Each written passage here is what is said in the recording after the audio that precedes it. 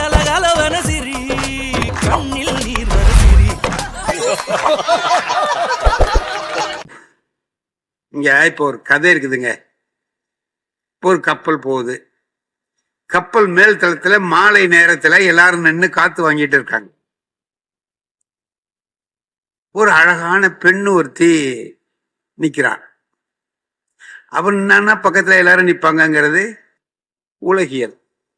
எல்லாரும் வந்து கப்பலையும் பாக்குறான், அவளையும் பார்த்துட்டு இருக்கான். அப்படி பார்த்துட்டு இருக்கிறான். எல்லாம் மேல இருந்துகிட்டு கப்பலுடைய தலைவர் கேப்டன் சொல்றாரு, இந்த இடத்தை நன்றாக பார்த்து கொள்ளுங்கள். இதுதான் இந்த கடலினுடைய மிக ஆழமான பகுதி. இதிலே 99 கிலோமீட்டர் ஆழம் இருக்குன்னு சொன்னான். அவனும் ஓரத்தில் நின்றுக்கிட்டு கொஞ்சம் நவந்துக்கிட்டான். 99 கிலோமீட்டர் ஆழம் இருக்குங்கிறான். இன்னும் 1 மீட்டர் சேர்ந்தா 100 கிலோமீட்டர் ஆயிடும். சரிதான், பயந்துட்டு நிக்கிறான். இந்த சமயத்துல அவளை இந்த வேடிக்கை பார்த்துக்கிட்டு இளைஞர்கள்லாம் நின்று இருந்தாங்களா, டக்குன்னு என்ன ஆயிட்டு அந்த பொண்ணு எப்படியோ தவறி கடல்ல விழுந்துட்டான். இளம் பெண், அழகான பெண் கடல்ல விழுந்துட்டான். இவ்வளவு பேர் வேடிக்கை பார்த்துக்கிட்டு இருந்தான்ல, இப்ப என்ன செய்யணும்? உடனே ஒருத்தன் விழுந்து அவளை பார்த்து ரசிச்சுக்கிட்டு இருந்தான். விழுந்து காப்பாத்தணுமா இல்லையா? ஒரு பயம் அவளு. அடே அடே, அதுக்குதான் அவளை ஓரத்துல நிக்க வேண்டாம்னு சொன்ன. சில பேர் விழுந்ததுக்கு அப்புறம் பல யோசனை எல்லாம் சொல்லுவான். யாராவது தெருவில் அடிபட்டு கிடக்கிற போது, கார்ல அடிபட்டு கிடக்குறான்னு வைங்க, அப்ப போய் அவனை காப்பாத்துறது தானே முதல்ல செய்ய வேண்டிய வேலை. அப்ப போய் சொல்லுவான், நான் உன்கிட்ட முந்தியே சொன்னேன்ல நடு ரோட்ல போவாதரான். அவன் உடஞ்ச காலை விட்டு இன்னொரு காலால உதைப்பான். இதுதான் அறிவுரை சொல்றாங்க, எதமாடான்னு கேட்பான்ல. எல்லாரும் நின்றுகிட்டு வேடிக்கை பார்த்துட்டு இருக்கான். ஒருத்தரும் குதிக்கல. அங்கேருந்து சொல்றாரு கேப்டன், யாராவது உடனே அவளை பிடிச்சுக்கோ, நான் அதுக்குள்ள லைஃப் போட்டை எடுத்து போடுறேன், 2 பேரும் வந்துடலாம். உளுந்து அவளை முழுகாம பிடிச்சுக்கோ, குதி. இளைஞர்கள் நிக்கிறீங்க, இவ்வளவு இளைஞர்கள் நிக்கிறீங்க, குதிங்கப்பா யாராவது ஒருத்தர் அப்படிங்க. ஒரு பய குதிக்கல. 99 கிலோமீட்டர் ஆழம் இருக்குதுங்கிறான். இதுல குதிச்சு விட்டு இது ஏன்டா வம்பு, சரி விடு அப்படின்ட்டு அவன் நிக்கிறான். ஒரு வயசானவர், 90 வயசு, தாடி எல்லாம் வச்சுட்டு நின்றுக்கிட்டு இருந்தவர் தொப்பேர்னு விழுந்து பிடிச்சிட்டார். இந்த அம்மா விழுந்து பிடிச்சிட்டார். கேப்டன் வந்தார், லைஃப் போட்டை எடுத்து போட்டார், 2 பேரையும் காப்பாத்திட்டார். ராத்திரி பாராட்டு விழா நடக்குது. அந்த பெரியவரை பாராட்டுறார். அவருக்கு நல்லா மருத்துவம்லாம் பண்ணி நிற்க வச்சு உட்கார வச்சு, பாருங்க இவ்வளவு இளைஞர்கள் இருந்தீங்க, ஒருத்தருக்காவது அவளை காப்பாற்றணுங்கிற எண்ணம் வரலையே. இந்த வயசான பெரிய மனுஷன் தான் உயிரை பத்தி கவலைப்படாம விழுந்து அந்த பொண்ணை காப்பாத்தி விட்டாரு. இவருக்கு எவ்வளவு பாராட்டு சொன்னாலும் தகும். நான் என்னுடைய சொந்த பணத்துல இருந்து ஒரு 1000 ரூபாய் அவருக்கு அன்பளிப்பா கொடுக்குறேன்னு 1000 ரூபாய் எடுத்து கொடுக்கிறார். பாராட்டி தானே அங்க பேசுறாரு. இப்ப அந்த பெரியவருக்கு எப்படி இருக்கணும் முகம்? சந்தோஷமா இருக்கணுமா இல்லையா? கடுன்னு இருக்கு. 1000 ரூபாய் உங்களுக்கு பரிசு கொடுக்குறேன், வையா கீழே அப்படின்ட்டு. என்னடா இது, நல்லா தானே பேசுறோம், ஏன் இந்த ஆள் இப்படி பண்றான் அப்படின்னு சரின்னு கீழே வச்சுட்டு, இப்ப பெரியவர் நமக்கு 2 வார்த்தை சொல்லுவார் அப்படின்னு சொல்லிட்டு சொன்னார். எழுந்தார், கிளவுனார். பாராட்டு விழா வாடா நடத்துறீங்க, பாராட்டு விழா, என்னை தள்ளி விட்ட பையன் அவனை சொல்லுடா அப்படின்னு. இவரு உழுவுல இந்த இளைஞன் நின்றுகிட்டு இருந்தவன் என்ன பண்ணான், நாங்க தான் சின்ன பிள்ளை இருக்கிறோம், நீ வேற எதுக்கடா நிக்கிற உழுவுடான்ட்டோம். இது ஒரு கதை தானே. இதுல ஏதாவது பெரிய விஷயம் இருக்குதுங்களா? ஆனா எல்லாரும் ரசிக்கிறோமா இல்லையா? அதை சொல்ற முறை, அதை கொண்டு வந்து அப்படி காமிச்சு அவரா விழுந்தது மாதிரி முதல்ல சொல்லி, அப்புறம் கடைசியில எவனோ வந்து இப்படி சொன்னீங்கன்னா அந்த கதை எடுக்கும். கதை சொல்ற முறையினால கதை எடுக்கும். இல்லைன்னா கதையை மற்றவன் சொன்னான்னா கேட்டுட்டு அவன் அப்புறம் என்ன ஆச்சுங்க, அம்மா அப்புறம் என்னாச்சு, உயிர் போச்சு, அவ்வளவுதான் போடா. நாம ஒண்ணு நினைக்கிறோம், நினைக்கிறபடியே சமயத்தில் நடந்துரும். சில சமயத்தில் வேற ஏதாவது நடக்கும், நம்ம நினைச்சது நடக்காது. காணாமல் போன சாவியை தேடுவோம், எப்போவோ காணாமல் போன பூட்டு கிடைக்கும், சாவி கிடைக்கும்.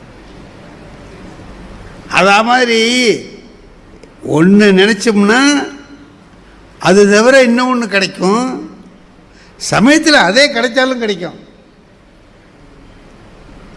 இன்னொன்று ஏதாவது புதுசாக வந்து கிடைச்சாலும் கிடைக்கும், எதிர்பார்க்காதது வந்து கிடைச்சாலும் கிடைக்கும் அப்படின்னு ஔவையார் சொல்கிறாங்க.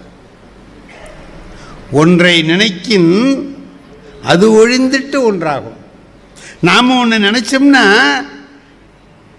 அது தவிர வேற ஒன்று நடக்கும். அன்றி அதுவே வந்து எய்தினும் அதே நடந்தாலும் நடக்கும்.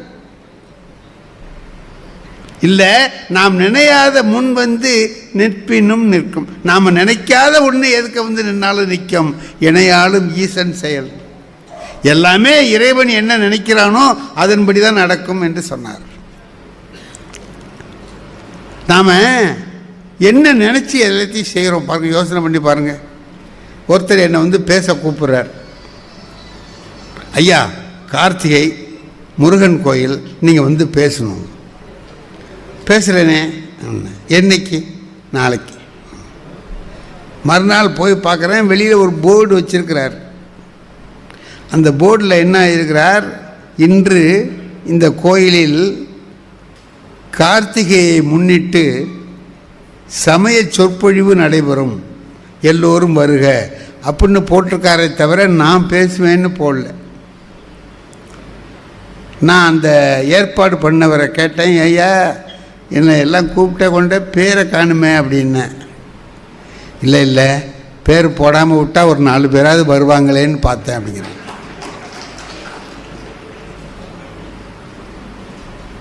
அப்போ என் பேரை போட்டால் அந்த 4 பேரும் வரமாட்டானா? நான் என்ன நினச்சி அவன்கிட்ட கேட்குறேன், அவன் என்ன பதில் சொல்கிறான்? யோசனை பண்ணி பாருங்கள். நாம் நினச்ச பதில் வருதா? நம்ம எதிர்பார்க்காத பதில் வருது, நம்மளையே தாக்குற பதில் வருது. கல்யாண பத்திரிகையை ஒருத்தர் கொடுக்கல, ரொம்ப வேண்டியவர், தினம் காலையில் வாக்கிங் போகிறபோது கூட வருவார். அவர் பொண்ணுக்கு கல்யாணம், எனக்கு பத்திரிகை கொடுக்கல, இன்னைக்கு கொடுப்பார் நாளைக்கு கொடுப்பார்னு நினச்சிட்டு இருக்கேன், கொடுக்கல. கல்யாணத்தை அன்னைக்கு எல்லாரும் கூப்பிட்றான், போகிறான். தஞ்சாவூரில் கல்யாணமே, நாங்கள்லாம் போகிறோமே, நீங்கள் எப்போ வர போகிறீங்கிறான். எனக்கு பத்திரிகை கொடுக்கலையே ஐயா. இது அவர்கிட்ட சொல்லவும் முடியல, பேசாமல் இருந்துட்டேன். இதை நான் அப்படியே விட்டுருந்தேன்னா கூட ஒன்றும் கவலை இல்லை.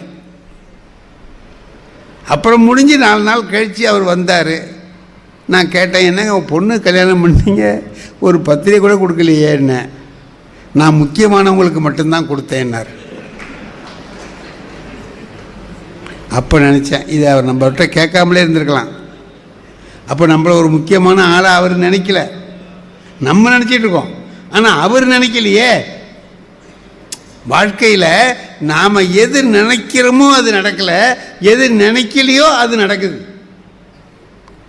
நாம் எதிர்பார்க்க கல்யாண பத்திரிகை கொண்டாந்து ஒருத்தர் கொடுத்தாங்க என்கிட்ட. ஐயா, நான் உங்கள்கிட்ட படித்தேன், என் பையனுக்கு கல்யாணம். நல்லதுயா, ரொம்ப நல்லது. உங்களுக்கு தான் முத பத்திரிகை கொடுக்குறேன்னு கொடுத்தேன். வாங்கி படிக்கிறேன். முதல்ல எடுத்த உடனேயே யமபெருமான் திருவுருளை முன்னிட்டுன்னு இருக்கான்.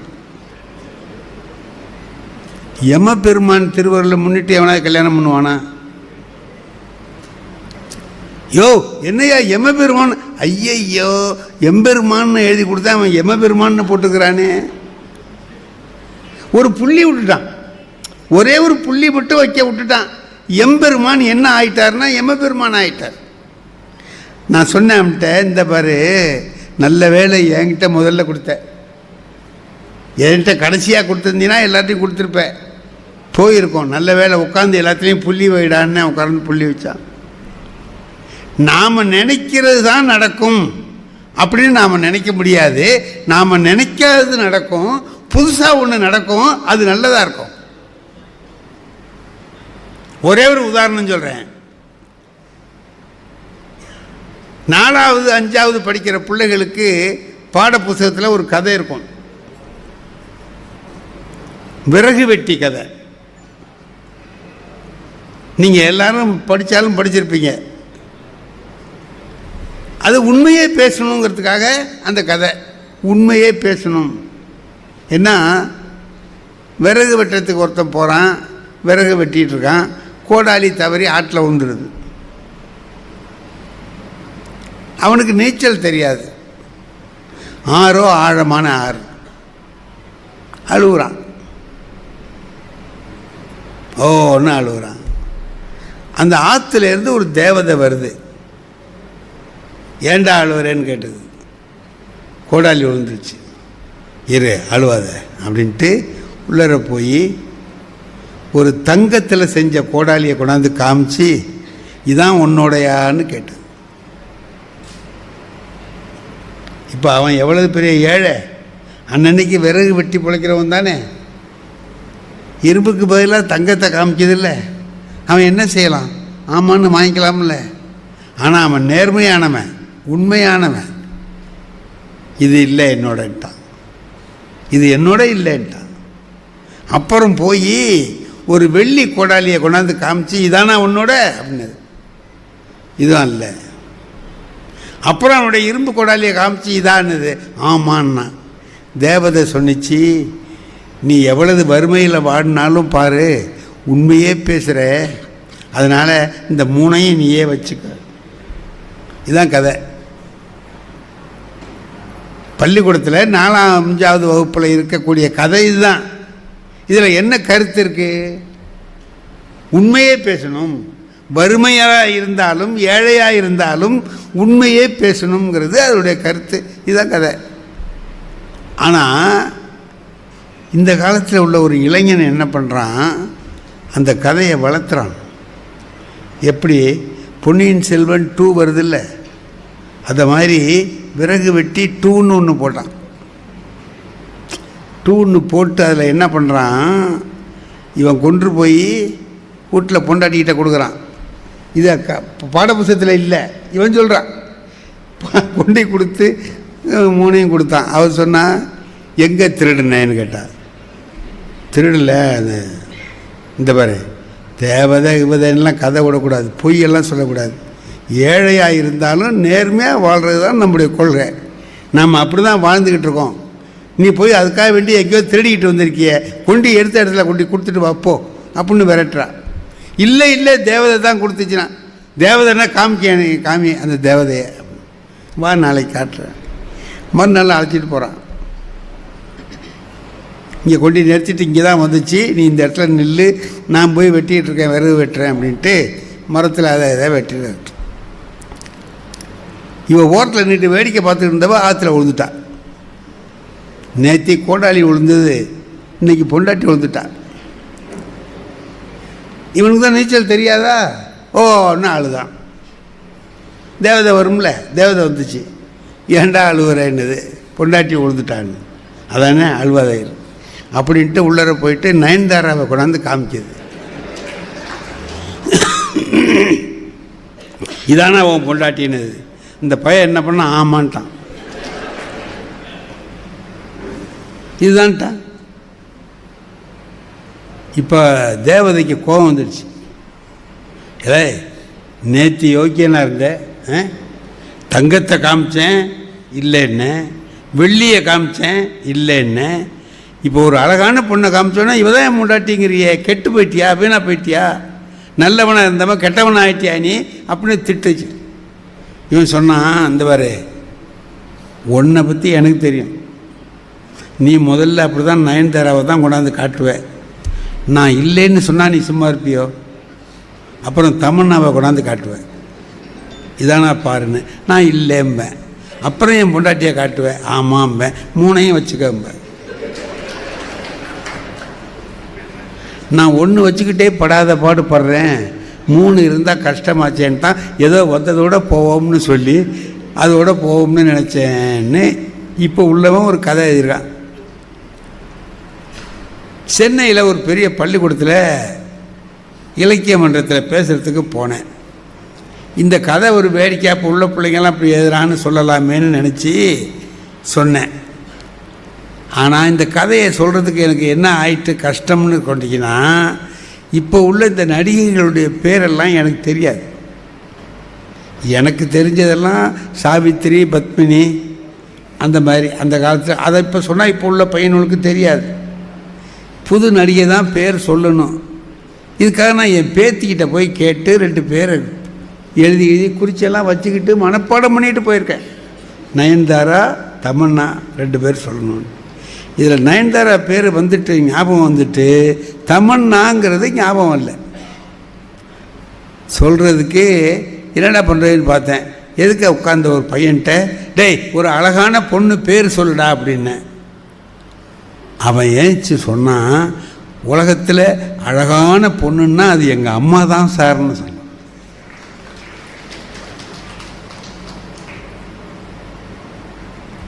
எனக்கு இந்த கதை சொல்லி வேடிக்கையாக சொல்லணும்னு நினச்சிக்கிட்டு போயிருந்த என்னுடைய நினைப்பெல்லாம் தவற போய் அவன் சொன்னது என்னை சிந்திக்க வச்சுட்டுது. வெளியில் உள்ள அழகு அழகு இல்லை, மனம் நல்லா இருக்கிறது தான் அழகு. குணம்தான் உண்மையான அழகு. எங்கள் அம்மாவுடைய குணம் வேற யாருக்கும் கிடைக்காது. ஆகவே உலகத்திலேயே எங்கள் அம்மா தான் சிறந்தவள்னு அவன் சொன்ன போது நான் நினச்சதா நடந்தது இல்லை, வேற நடக்குது. நினையாத முன் வந்து நிற்பினும் நிற்கும். நாங்களே நாம் நினைக்காதது வந்து நிற்கிது, நாம் நினைச்சதை விட நல்லது நிற்கிது.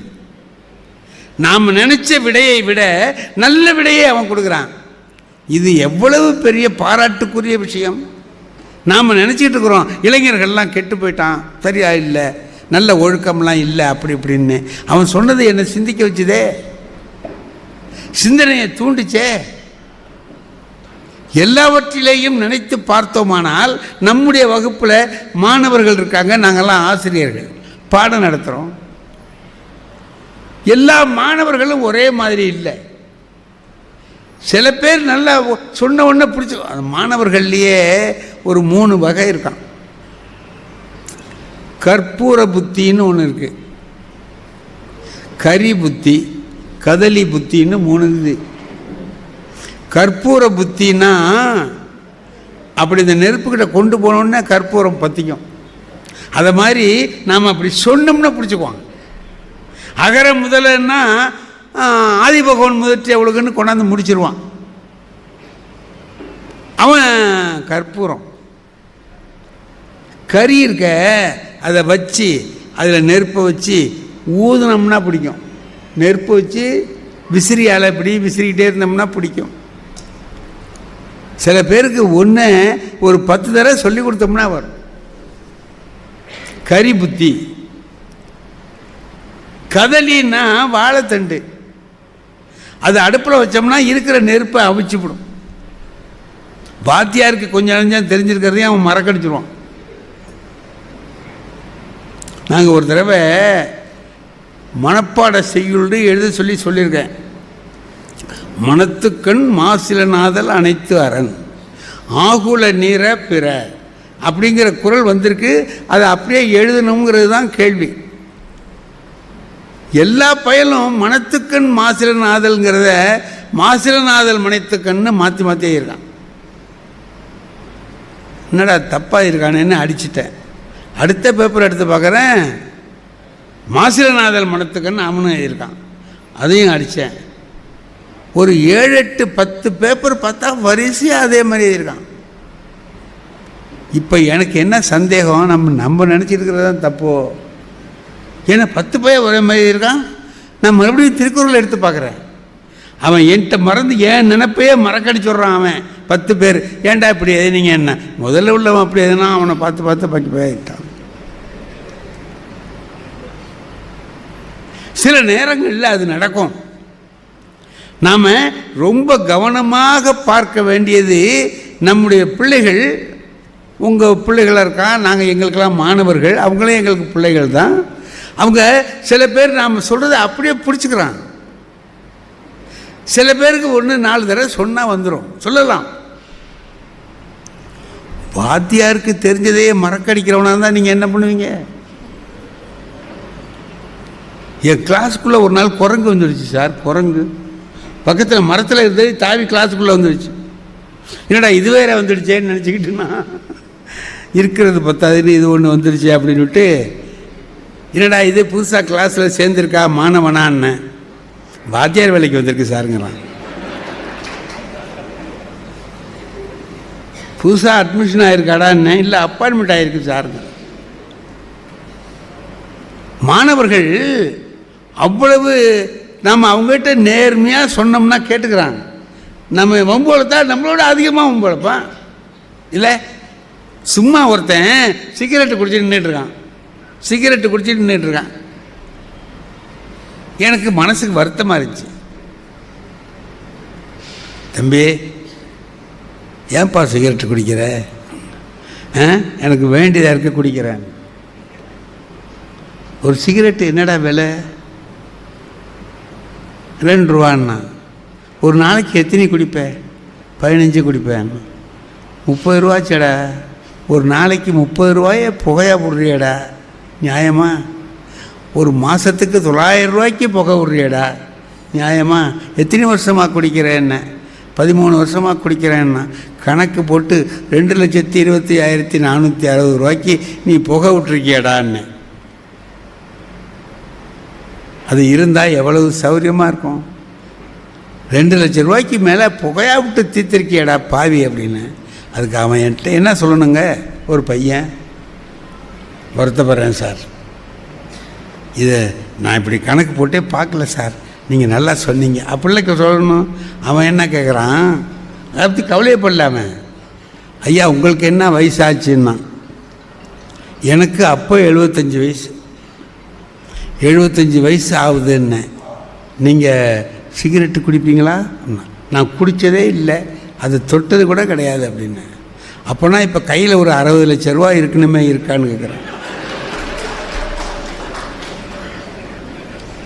நீங்கள் தான் குடிக்கல, 60 லட்சம் இருக்கணுமே, இருக்கா அப்படின்னா. நானே 50 ரூபா கைமாத்து வாங்கிறதுக்காக போயிட்டுருக்கேன்.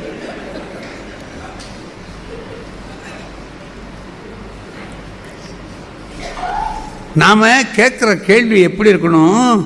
அவன் திரும்ப பதில் சொல்ல முடியாததா, நம்மளை மீறி போக முடியாததா நம்முடைய வார்த்தைகள் இருக்கணும். நான் என்ன பண்ணேன்? பணம் போச்சே என்ன, அது சொன்னதுனால தானே அவன் என்ன கேட்டான். உங்ககிட்ட இருக்கா 50 லட்ச ரூபா இருக்கா? இப்போ நீ தான் குடிக்கல, இல்லை இருக்கணும்ல, இருக்கான்னு கேட்குறான்.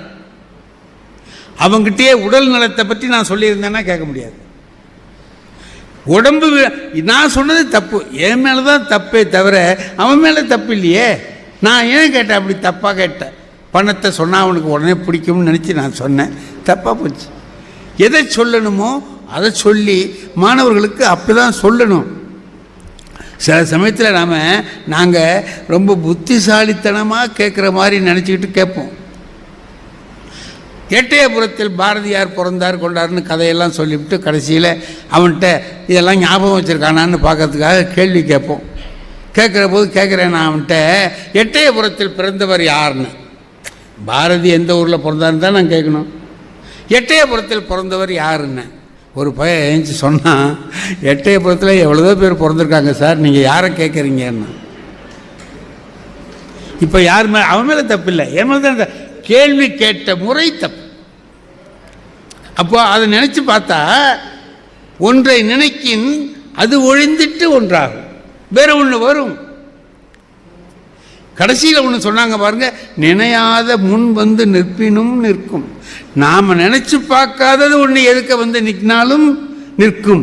ஆகையினால நாம் என்ன செய்யணும்னு சொன்னால் எதையும் செய்யணும். என்ன செய்கிற பொழுது என்ன கவனமாக இருக்கணும் அப்படின்னு கேட்டிங்கன்னா வேறு ஒன்றும் இல்லை. ஒரு திருக்குறள் இருக்குது. இந்த திருக்குறளை எப்படி சொன்னால் சரியாக வரும்?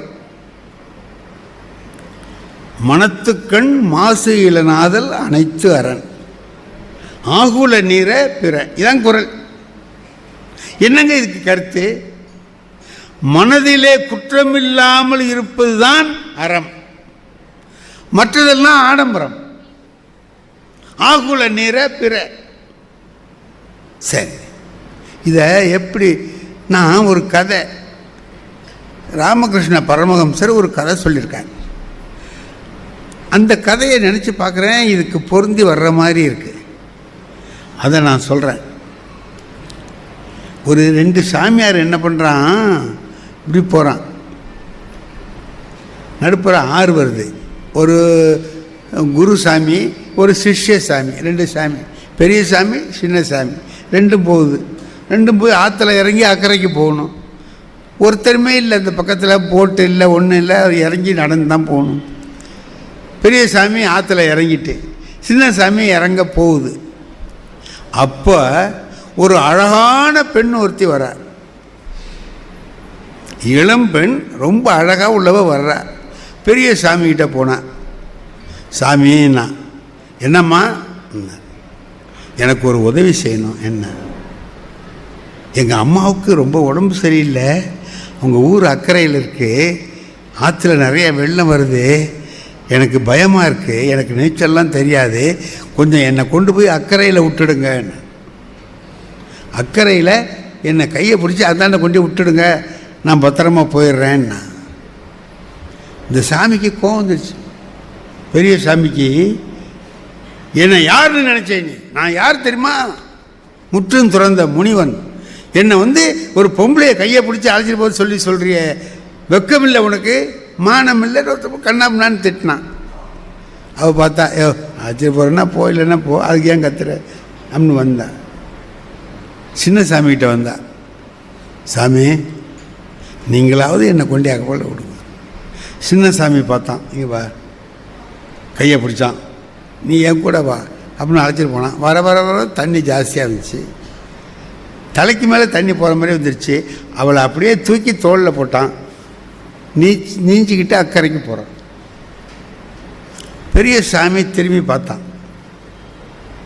உடம்பெல்லாம் நனைஞ்சி அழகான பொண்ணு அவன் தோளில் கிடக்கிறான். அதை பார்த்தோன்னே பெரிய சாமி நினச்சான், இந்த வேலையை நம்மளே செஞ்சுருக்கலாமோ, நாம் வேணான்னு இந்த பைய பிடிச்சிட்டான். கோவம் வந்துட்டு அவருக்கு, கோபமும் பொறாமையோ என்னமோ வந்துடுச்சு அவருக்கு. அயோக்கிய பயலே, நீ எல்லாம் ஒரு சாமியாடா? பொம்பளையை தொட்டு தூக்கி தோளில் போட்டு வரைய மடப்பயலே, உருப்பிடி வேணி, அப்படியாக்கும் இப்படியாக்குன்னு கத்து.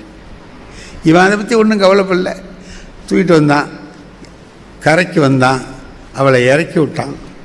நீ போம்மான்னா போயிட்டான். பெரிய சாமியை இவனும் 2 பேரும் போகிறானுவோம். அங்கே இந்தமாரி ஒரு கூட்டத்தில் பேசுகிறதுக்காக பெரிய சாமி போகுது, துணைக்கு இவன் போகிறான். போகும்போதே திரும்பி திரும்பி திரும்பி திரும்பி பார்த்து சின்ன சாமியை திட்டுறான். நீங்களாம் ஏன்டா சாமியாரா வர்றீங்க? குடும்பத்திலே இருந்துருக்கலாமேடா, அந்த பயலே இந்த பயலே அப்படியாக்கும் இப்படியாக்குன்னு கண்ணா பின்னான்னு திட்டுறான். இப்போ சின்ன சாமி ஒன்றுமே சொல்லலை, அது பாட்டுக்கு வருது. இந்த மாதிரி போயிட்டாரு. பெரிய சாமி பேசுது. சாமியாராக உட்காந்துருக்கானு.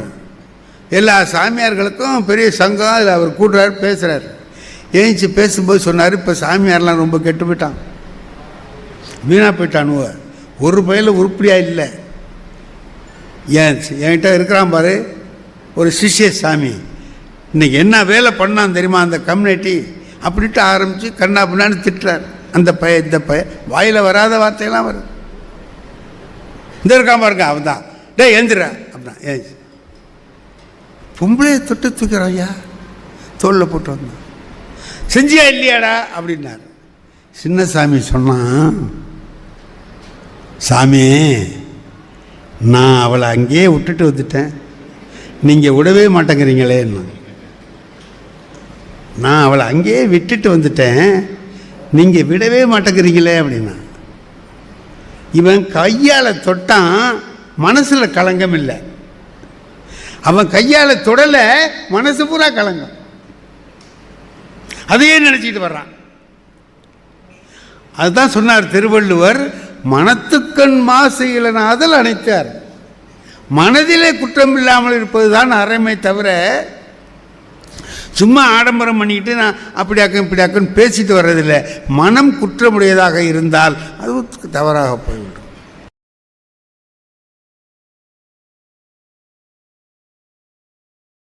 இந்த வீடியோ உங்களுக்கு பிடிச்சிருந்தா லைக் பண்ணுங்க, கமெண்ட் பண்ணுங்க, ஷேர் பண்ணுங்க. மறக்காம நம்ம சேனலை சப்ஸ்கிரைப் பண்ணிடுங்க. மீண்டும் ஒரு காணொளியில் சந்திப்போம். நன்றி நண்பர்களே.